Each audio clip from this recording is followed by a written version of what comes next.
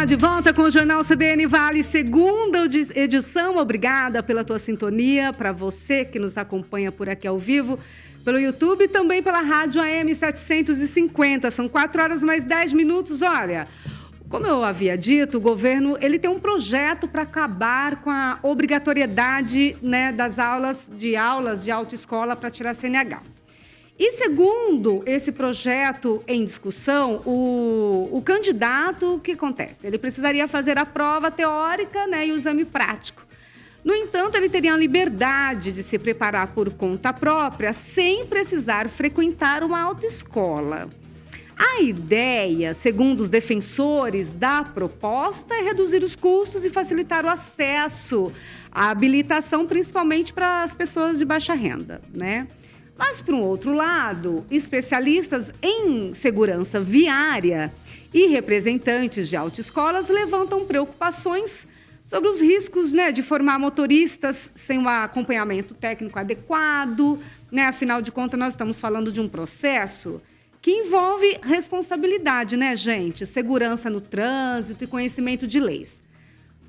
Dito isso, aqui nos nossos estúdios, nós trouxemos hoje, e temos a presença ilustre, de Sebastião Domingues, que ele é médico oftalmologista, ele é perito credenciado junto ao Detran, é especialista em medicina do tráfego, né, pela Abramep, que é a Associação Brasileira de Medicina do Tráfego, e também observador certificado do Observatório Nacional de Segurança Viária, que é o Sebastião Domingues, com Z.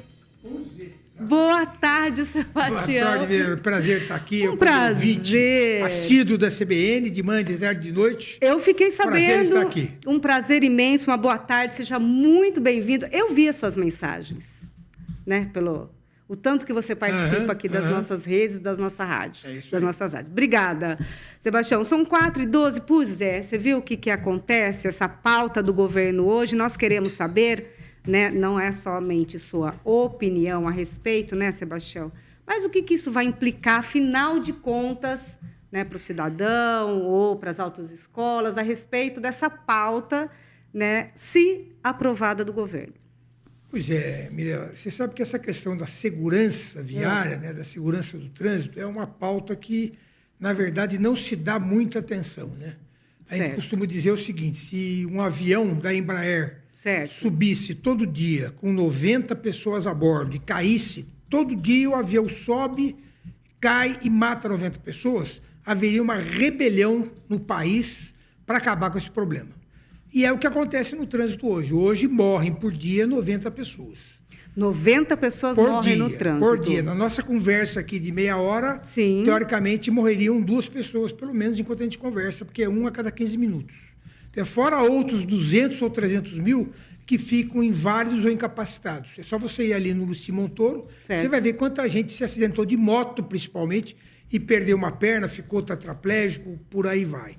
Então, a questão da liberação da CNH dessa forma não é só uma questão pecuniária, não é só uma questão financeira.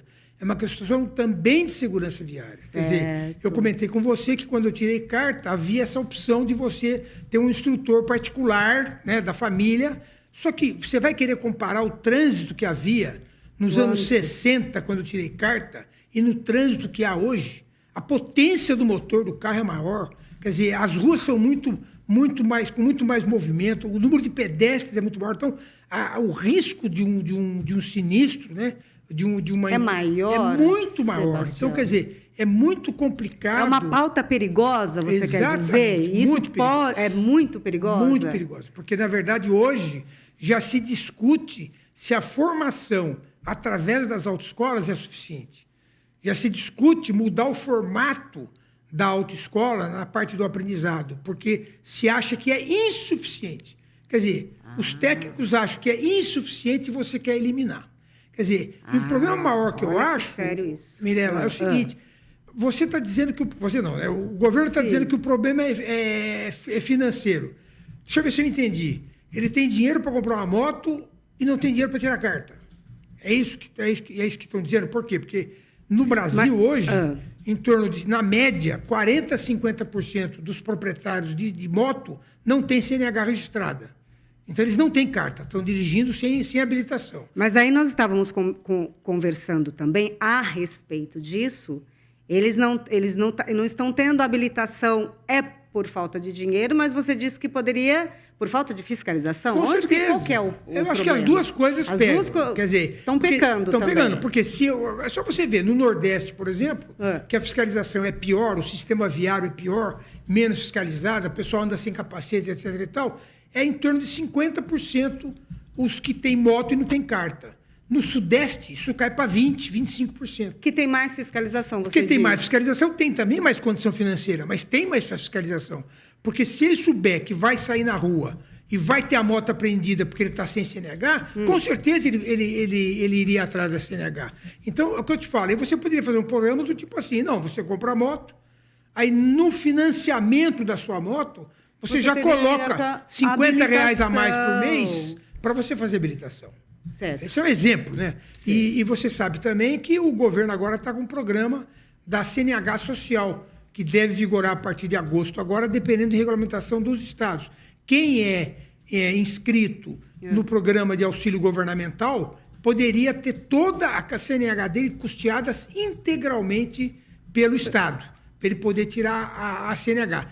E o que está por trás disso também? É que o governo vê nessa opção de você tirar uma CNH uma opção de oportunidade de emprego. Porque eu não sei se você sabe, sim, mas hoje em dia está faltando motorista profissional para ônibus e caminhão. É verdade, é verdade.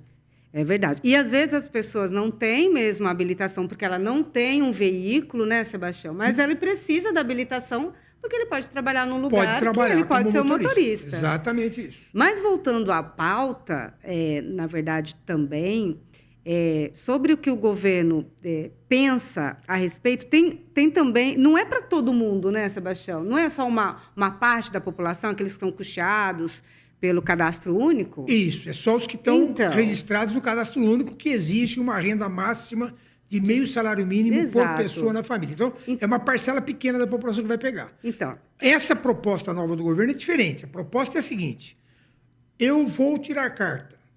Então, eu vou indicar a Mirella, que já é motorista, habilitada há não sei quantos anos, e você vai andar comigo no carro, eu dirigindo, e você vai me orientar. Agora, como no seu tempo, é isso? O problema, Mirella, é o seguinte: o carro da autoescola, ele tem um freio. Adaptado, ele tem um freio do lado do instrutor. Sério. Aí você está andando, né? Como eu te falei, eu conheço uma pessoa que mora aqui que trabalha nesse prédio, que foi atropelada aqui na frente. Ficou 3 meses de cama, praticamente, que se quebrou toda. Por quê? Aí vem um rapaz aprendendo a dirigir, fica nervoso, pisa no acelerador, avança numa escada, numa calçada. E o motorista do lado, que é o auxiliar dele, não tem o freio no carro para ele acionar. Como é que vai ficar essa questão? E se houver esse sinistro? Quem que vai responder? Quem vai responder? Exatamente. O Estado está dando autorização para que eu, que não sou habilitado ainda, pegue o volante. E se eu provocar um sinistro, um acidente, quem vai responder por isso? O Estado? Foi ele que me autorizou a fazer isso. Eu vou ser inimputável, então, porque eu não tenho... Tem uma autorização para isso? Estou autorizado a dirigir. Então, você vê que a situação não é muito fácil. Simples. Sebastião, então, existe riscos de aumentar o número de motoristas, no caso, então, mal preparados. Com certeza, eu não tenho dúvida disso. Não tenho dúvida disso. Porque o trânsito, ele é muito complicado hoje em dia, tem várias variáveis, tá certo? Quer dizer, aliás, eu vi até uma matéria interessante sobre essa questão da pessoa dirigir sem CNH, um motociclista, dizendo assim: olha, eu dirigi durante 6 anos sem CNH, em São Paulo, hein? Sim. Mas depois que eu tirei a CNH, eu pude perceber quanta coisa errada eu fazia e quanto risco desnecessário eu estava correndo. Então, quer dizer, efetivamente, ele sentiu que aprendeu alguma coisa. De comportamento dentro da autoescola. Dentro do aprendizado da autoescola. Até porque também, né, Sebastião, muita gente... Às vezes as pessoas estão falando assim, porque também vai à autoescola para pegar a CNH, mas já sabe dirigir. Mas também tem muita gente, tem muitos pais, que ainda não deixam seus filhos dirigir, querem que eles aprendam lá, dentro da autoescola, que eles entram às vezes dentro de um carro para dirigir dentro da autoescola. E você vê outra bobagem que está sendo falada aí, eu não sei se o ministro falou isso ou não, essa história de você fazer treinamento dentro do condomínio. O condomínio, onde tem circulação de veículo, está tudo sob a tutela do Código de Trânsito Brasileiro. Não é porque você mora num condomínio fechado que você pode não obedecer às regras de trânsito. Sim. Então, isso é uma bobagem tremenda que ele falou. Como se fosse seguro. Então, quer dizer, eu moro no condomínio, então vai ter um monte de gente no meu condomínio dirigindo, aprendendo a dirigir dentro do meu condomínio, e meu neto, que vai sair para a rua para jogar bola. Como é que fica essa história? Gente, é muito sério isso. Essas mudanças, Sebastião, ela pode afetar esses índices, então, de acidentes, mas no trânsito, então. Com certeza. Tem dados, estudos que relacionam essa formação de pessoas a respeito desses acidentes? Então, porque o que acontece, na verdade, é o seguinte, né? O que falta nas pessoas é uma consciência de que o carro é efetivamente uma arma, né? Você está dirigindo um carro de 1,5 toneladas ou 2 toneladas a 60 por hora, por exemplo, isso aí tem uma força de impacto para derrubar um poste. Quer dizer, o estrago que ele pode fazer no ser humano é muito grande. Então, não existe essa consciência. Então, é perigoso quando se tenta, através de um projeto desse, banalizar ainda mais a direção veicular como se fosse uma coisa simples, como se fosse uma coisa que não exige cuidado, que não exige preparo, que não exige conhecimento. Quer dizer, não se pode banalizar o trânsito dessa forma. Esse é o grande problema. A autoescola, na sua opinião, ela está totalmente preparada, no caso dessa construção de ensino, os condutores que saem dali, mesmo com menos experiência, igual como eu comentei, que às vezes vai a primeira vez lá, às vezes tem pessoas, muita gente entra a primeira vez no carro dentro de uma autoescola.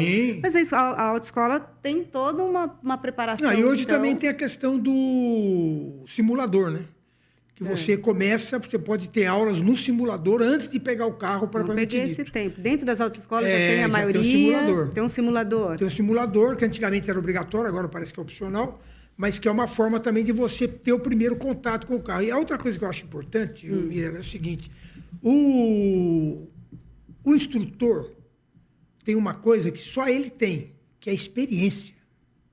Ele é capaz de identificar se a pessoa efetivamente tem condições de dirigir aquele veículo, como ela vai se comportar. De repente, essa pessoa tem um transtorno bipolar, essa pessoa tem um problema de autismo, ela tem um problema de comportamento, que você, no exame médico para motorista, que é uma coisa rápida, que você avalia a visão, a condição física da pessoa, mas você não avalia o comportamento, porque o comportamento da pessoa no veículo só avalia quem está ao lado dela dirigindo. Certo. Você entendeu? Então, é muito importante também essa avaliação de alguém que é expert no assunto. Quer dizer, ele pela experiência que ele tem essa sensibilidade de perceber se a Mirella tem condições ou não de dirigir. Deu me entender? Sim, esse tempo... Você acha que, por conta disso, aumentaram essa quantidade de aulas, Sebastião? Por conta disso, de repente, de analisar esse motorista, esse futuro motorista, porque aumentou a quantidade de aulas. Aumentou para 40 horas. Então, isso o que talvez pudesse ser feito... Para a população, na verdade, isso custou... O que talvez pudesse ser feito é fazer um esquema do tipo assim, o mínimo de aulas, por exemplo, seria 20. Não sei, eu estou chutando números aqui, tá? Aí, a critério do examinador, essas aulas poderiam ser aumentadas dentro de critérios de avaliação do examinador. Dentro dos critérios de examinação do avaliador com o motorista. Com o motorista. Ele avalia um motorista. Esse aqui, acho que umas 10 aulas para ele está tudo bem. Exatamente. Esse aqui eu acho que precisa um pouco mais. Poderia ser alguma coisa nesse sentido. Mas, existe algum país, eu vi aqui uma pesquisa, tem um modelo autodidata para tirar CNH. A coisa é muito variada. Tá. Nos Estados Unidos, por exemplo, é mais ou menos como eu te falei que foi a minha. Meus filhos estudaram lá por 1 ano, então alguém se responsabiliza por você, você dirige com aquela pessoa, tá? E você vai e presta o exame. Gostaria de lembrar algumas coisas. Primeiro, quem foi para os Estados Unidos sabe que não existem ruas estreitas como as que nós temos no Brasil. Tá? A maior parte da movimentação de carro é através de ruas largas, avenidas, tá certo? Muito bem sinalizadas, e uma população que tem um nível educacional muito diferente do nosso. A convivência do americano com o carro é praticamente desde que ele nasce. Tá? Que já dá uma... Isso é uma coisa importante, né? Existem outros países, por exemplo, que são mais rigorosos que o Brasil. A Alemanha, por exemplo, que é um país muito elitizado, culturalmente avançado, os critérios são mais rígidos que o nosso. Quer dizer, então tem que haver realmente uma avaliação de acordo com cada ambiente onde você vive. Em cada lugar, né? Por exemplo, na Alemanha você tem, nos Estados Unidos também, você tem, desde o primeiro ano praticamente de escola, você já tem educação por trânsito. Aqui a gente tem de forma esporádica. Sim, São José, por exemplo, eu sei que tem, né? Mas não é uma coisa institucionalizada na grade curricular, né? Importante, viu, Sebastião? Uma última pergunta, eu queria muito que você falasse. Em vez de acabar com essa obrigatoriedade, não seria mais eficaz buscar formas de tornar o processo mais acessível e menos burocrático? Porque é burocrático, né, Sebastião? O problema todo é o seguinte... Não tem, você acha que a acessibilidade das pessoas é boa? Elas não estão tão acessíveis. Qual que é o percentual de pessoas que não têm habilitação? Ela não tem habilitação porque ela não tem, às vezes, condições financeiras. Você também disse que é uma... Ela está tranquila, você sente que ela é tranquila? É preciso fazer isso para o pessoal também começar a nos mandar essa dúvida, o que eles acham. Você sente tranquilo de você não ter habilitação porque você acha que não tem fiscalização? Eu acho que tranquilo ele não fica. Certo. Até porque ele sabe que a moto dele pode ser apreendida. Certo? E aí vem um outro problema, né? Muito grave. A polícia faz uma blitz, o que o motoqueiro faz? Foge. Aí a polícia vai atrás. Meu Deus. E você já viu como é que acaba essa história, né? Não, fica Então, ruim. Quer dizer, isso é um outro problema muito grave muito que também sério. Acontece com frequência. Toda hora você vê uma notícia dessa que ele fugiu, motoqueiro, motorista em geral, fugiu e acabou sendo baleado pela polícia porque achou que ele estava fugindo, porque era bandido, etc. E tal, né? E fica aqui a dica, né? Melhor você perder a moto. Perder não, né? Porque você não perde a moto. Você tem que ela é apreendida até você apresentar alguém com o CNH para poder retirar e conduzir a moto. É melhor você ter esse incômodo, pagar aí R$200 de guincho, alguma coisa assim, do que você perder a vida numa brincadeira dessa, né? Sobre essa pauta, Sebastião, então a sua ótica não seria uma pauta importante para o país nesse caso? Nesse sentido? Não é uma. Eu acho que a discussão tem que ser muito mais no sentido de avaliar, e já existe projeto de lei sobre isso, de avaliar como melhorar isso. Melhorar, exatamente a palavra é essa. Melhorar a certificação, né, a obtenção da CNH do que querer piorar. Porque a rigor o que você está fazendo é piorando. Você está preocupado com a questão pecuniária, jogando todo o problema para a questão financeira, quando não necessariamente a questão é só financeira, na minha opinião. Segurança. Exatamente. Né? Sebastião, eu achei perfeito. Uma pauta bem pertinente, uma pauta atual.